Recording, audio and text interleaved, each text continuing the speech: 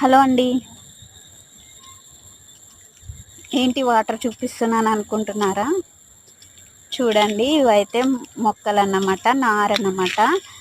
ఈరోజు సండే కదా, మాకు మార్కెట్ జరుగుతుంది. మార్కెట్కి అయితే వెళ్ళాము.